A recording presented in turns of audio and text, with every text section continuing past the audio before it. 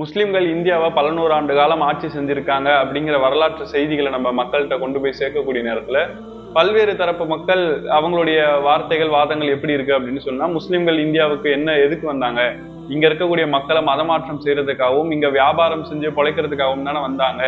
முஸ்லிம்கள் இங்க இருக்கக்கூடிய கனிம வளங்களா இருக்கட்டும், இங்க இருக்கக்கூடிய பொக்கிஷங்களா இருக்கட்டும், இது எல்லாத்தையுமே கொள்ளையடிச்சிட்டு தானே போயிருக்காங்க அப்படிங்கிற மாதிரி பல்வேறு செய்திகள்ல சொல்றாங்க. ஆனா அந்த சொல்லக்கூடிய எல்லா செய்திகளுக்குமான ஆதாரங்கள் இருக்கா அப்படின்னு பாத்தீங்கன்னா, பெரும்பாலான செய்திகளுக்கு யாராலையுமே ஆதாரங்களே காட்ட முடியாது.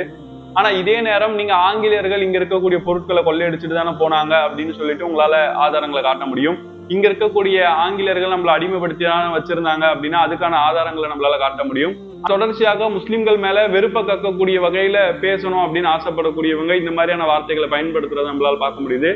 இந்த நிலையில முஸ்லிம்களுடைய ஆட்சி காலத்துல என்னவெல்லாம் சிறப்பு இருந்துச்சு, முஸ்லிம்கள் எப்படிப்பட்ட இந்தியாவை கட்டமைச்சிருக்கிறாங்க அப்படிங்கிற வரலாற்று செய்திகள் எல்லாத்தையுமே தொகுத்து ஒரு புத்தகமாகவும் எழுதி வெளியிடலாம் அப்படின்னு நான் நினைக்கிறேன். இந்த ஒரு புத்தகத்துல எந்த செய்திகள் எல்லாம் நீங்க நிச்சயமாக இடம் பெறணும் அப்படின்னு நினைக்கிறீங்களோ அதை கீழே மறக்காம கமெண்ட் பண்ணுங்க. அதே நேரம் இப்படி ஒரு புத்தகம் எழுதி வெளியிடலாமா, இதை பத்தி உங்களுடைய கருத்து என்ன அப்படிங்கிறதையும் கீழே மறக்காம கமெண்ட் பண்ணுங்க.